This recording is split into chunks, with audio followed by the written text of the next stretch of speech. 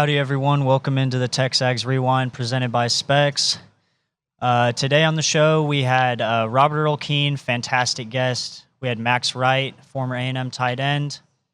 We had, oh my gosh, so many people. Darrell Dapprich, Auburn insider, and then we had Peter Burns, SEC Network. Watch the rewind. How much do you still tour? Yeah, a lot. Really? A lot.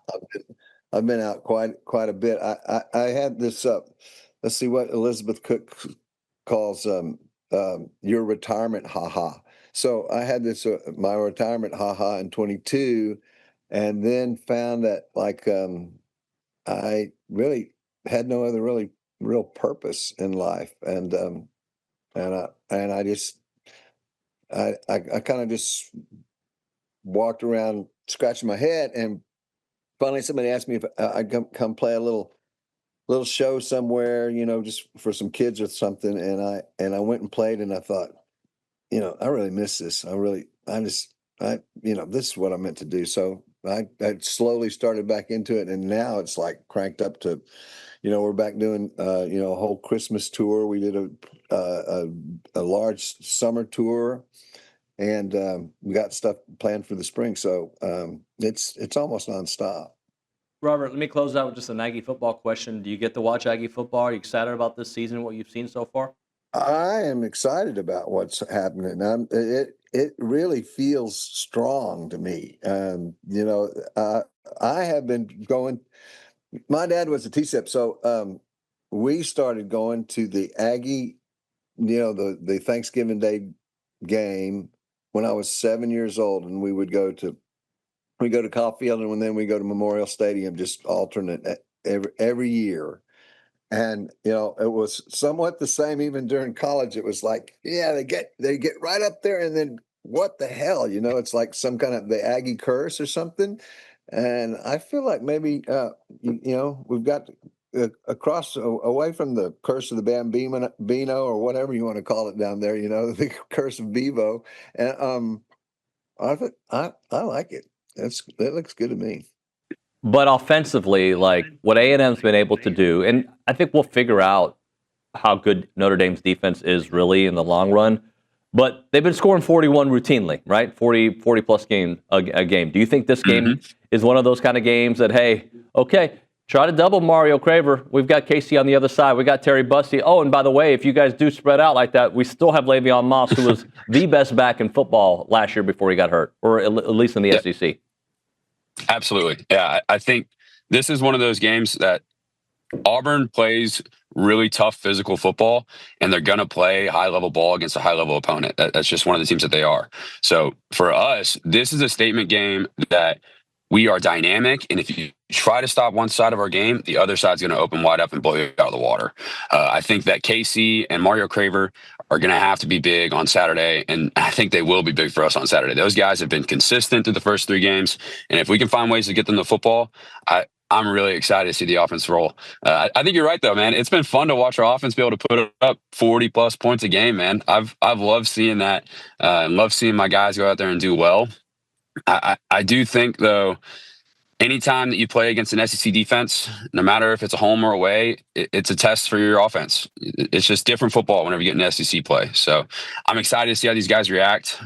Your assessment's correct, though. This is a dynamic offense, and I think the most dynamic offense that we've had in recent years. And I think they're going to get the chance to show that in the coming weeks, playing against more SEC opponents. Yeah, I agree with you. Let's flip our attention to the schedule over the next few years. I don't know if you've taken a look at it, but just for next year, Texas, Arkansas, Kentucky, Tennessee at home, and then on the road at LSU, at Missouri, at Alabama, at South Carolina, at Oklahoma. I know it's supposed to be hard, and I know teams are going to get their hard year too, right? Or years. Man, that seems hard, especially going back to LSU back-to-back years, back to Missouri back-to-back years. Yeah, I was looking at those schedules. The SEC road games that you play in 26 those are tough, man, and those are hard environments to go in and win at. And I've been in some games in those environments where the environment had taken over. So it's exciting to see the foundation that's built in this season, hopefully, to prepare us for those road games in 26, to go out and be prepared and not let the environments get to you. but I still don't know about them. Is that kind of the feeling for you all there too? You feel like they've taken a step, but maybe you haven't seen that step yet? Absolutely. It's that show me narrative. There are things that have to be accomplished that first time, that mountain climb. Hugh Freeze has yet to win a really, really close game. Those one-score games, I think those coaching records came out yesterday. Look, we talked about this on another Auburn show yesterday. His best road win in the conference is probably at Arkansas.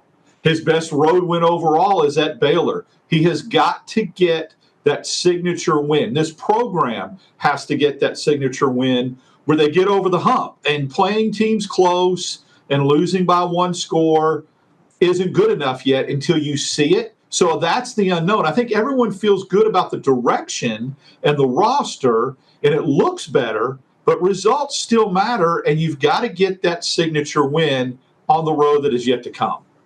How much did that A&M victory last year mean for Hugh Freeze, for this program? Because I was reminded of the celebration afterwards. It was a triple overtime game. They needed it. I recognize that. I'm not trying to downplay it. But did he need that for recruiting momentum? Did he need that for a little bit more job security? Was that a big moment for them? It was. I think it's because Texas A&M is a respected opponent by Auburn throughout the SEC.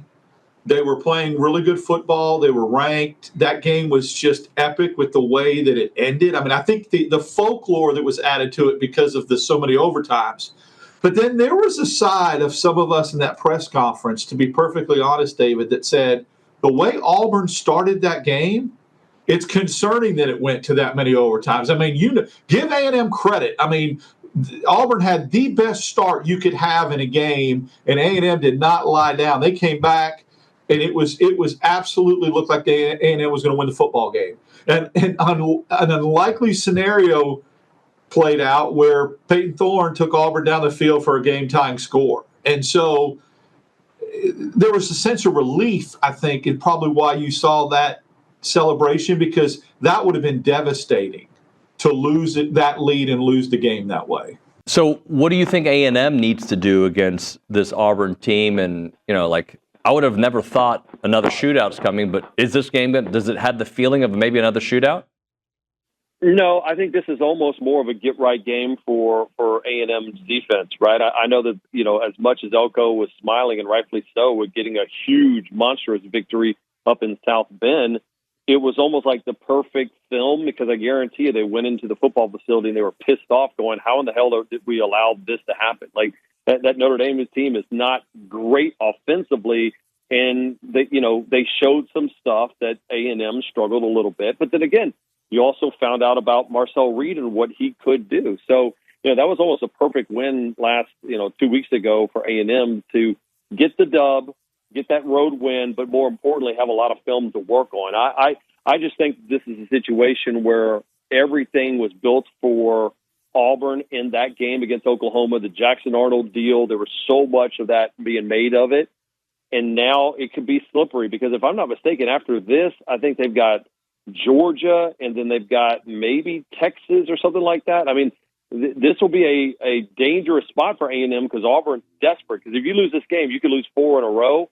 I still think the Aggies have too much, especially at home. Talking to Peter Burns here on TexAgs Live, presented by David Gardner's Jewelers, Rollo Insurance Studio.